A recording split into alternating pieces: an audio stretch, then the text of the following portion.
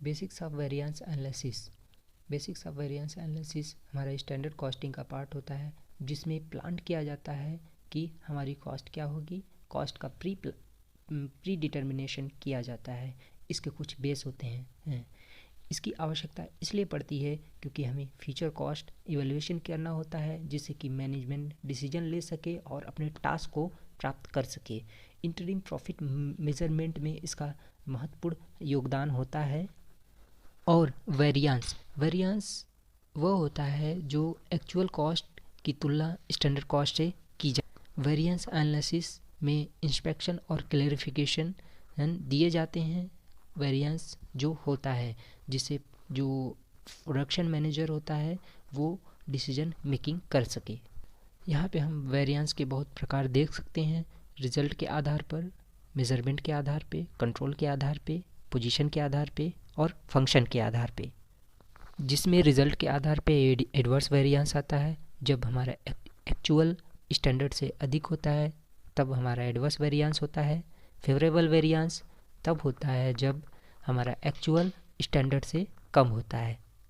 अगर हम वेरिएंस के मेन टाइप की बात करें तो वो 4 प्रकार के होते हैं: मटेरियल, लेबर, ओवरहेड और सेलिंग प्राइस वेरिएंस। और अगर हम इसके कुछ बेसिक्स प्रकारों की बात करें तो मेजरमेंट के आधार पे 2 प्रकार के वेरिएंस होते हैं: absolute variance, relative variance. Absolute variance जब हम अमाउंट के आधार पे कंपैरिजन करते हैं तो हमारा एब्सोल्यूट वेरिएंस होता है। रिलेटिव वेरिएंस वो वेरिएंस होता है जो यूनिट के आधार पे कंपैरिजन किया जाता है। कंट्रोलेबल के आधार पे 2 तरह का वेरिएंस होता है: कंट्रोलेबल और अनकंट्रोलेबल। जिसमें कंट्रोलेबल में इंटरनल एक्टिविटीज़ आती हैं और अनकंट्रोलेबल में एक्सटर्नल इन्वायरमेंट का इफेक्ट होता है, जैसे कि गवर्नमेंट पॉलिसी एट्सेट्रा।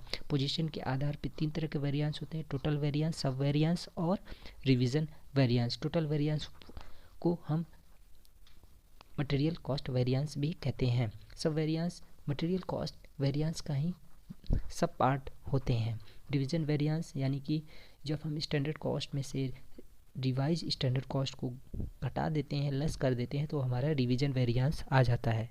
सबसे पहले आता है मटेरियल वेरिएंसेस।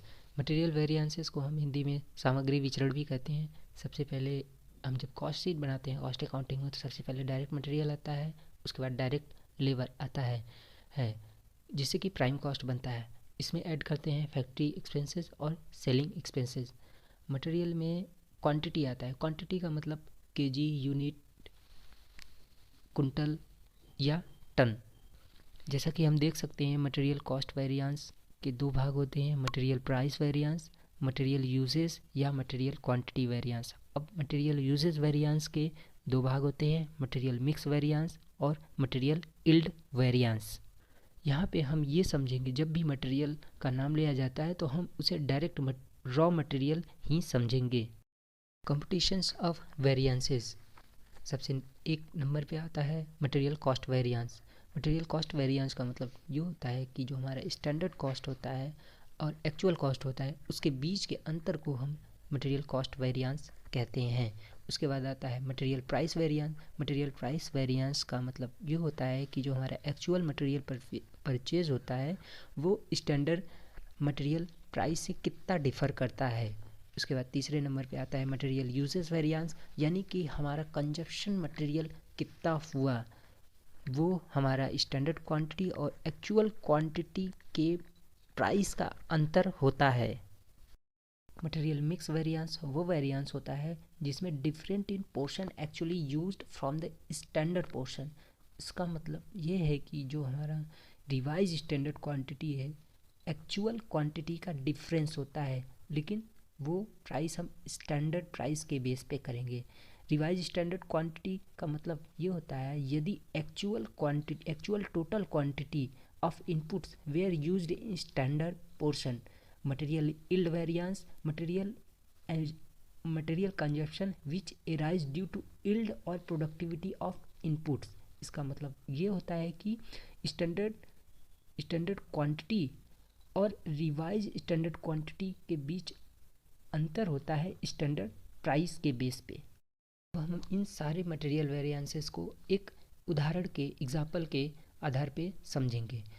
क्वेश्चन है calculate all material variances standards है रॉ मटेरियल ए का 200 kg at the rupees 20, raw material B 400 kg at the rate rupees 10, और एक्चुअल है raw material A 240 kg at the rate 80 rupees, raw material B 420 kg at the rate rupees 12।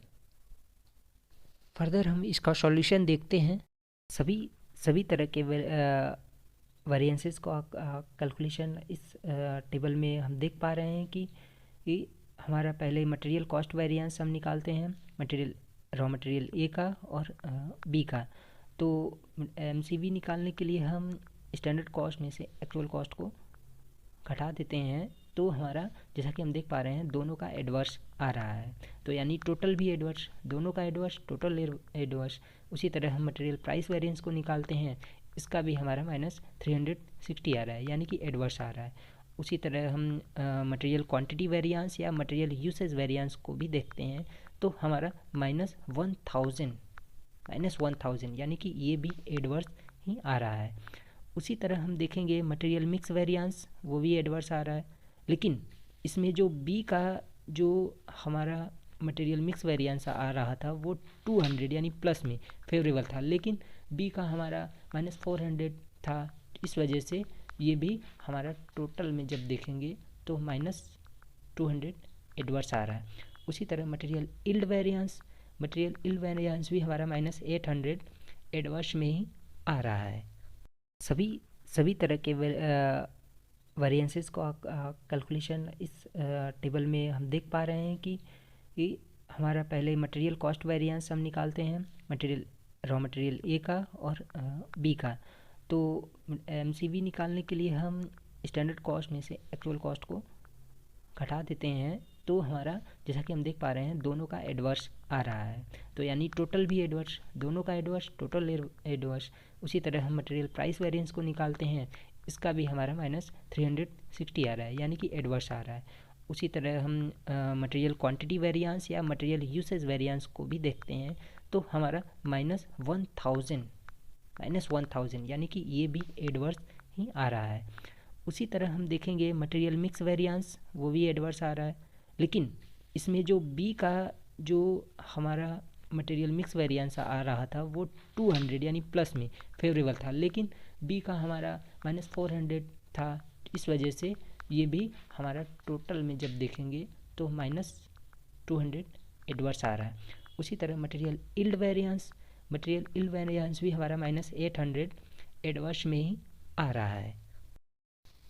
अगर हम solution को verify करना चाहें तो material cost variance, यानी कि मटेरियल कॉस्ट वेरिएंस को टोटल वेरिएंस कहते हैं, उसके कुछ सब वेरिएंस होते हैं, यानी कि material cost variance equal to material price variance plus material quantity variance.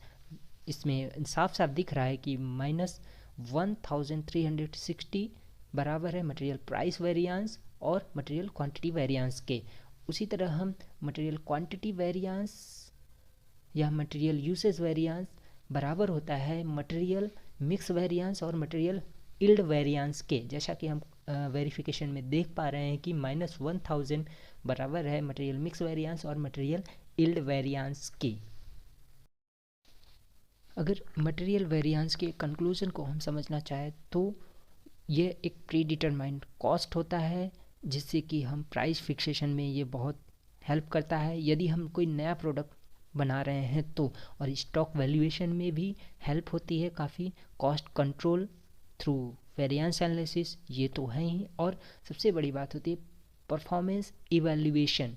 एक प्रोडक्शन मैनेजर यदि वो ठीक से काम नहीं कर रहा है तो उसके प्रोडक्शन में उसके सभी तरह के, चाहे वो कॉस्ट हो चाहे वो प्राइस हो, सभी तरह में हमें बहुत ज़्यादा वेरिएंस देखने को मिलेंगे। लेकिन वो वेरिएंस किस नेचर का होगा?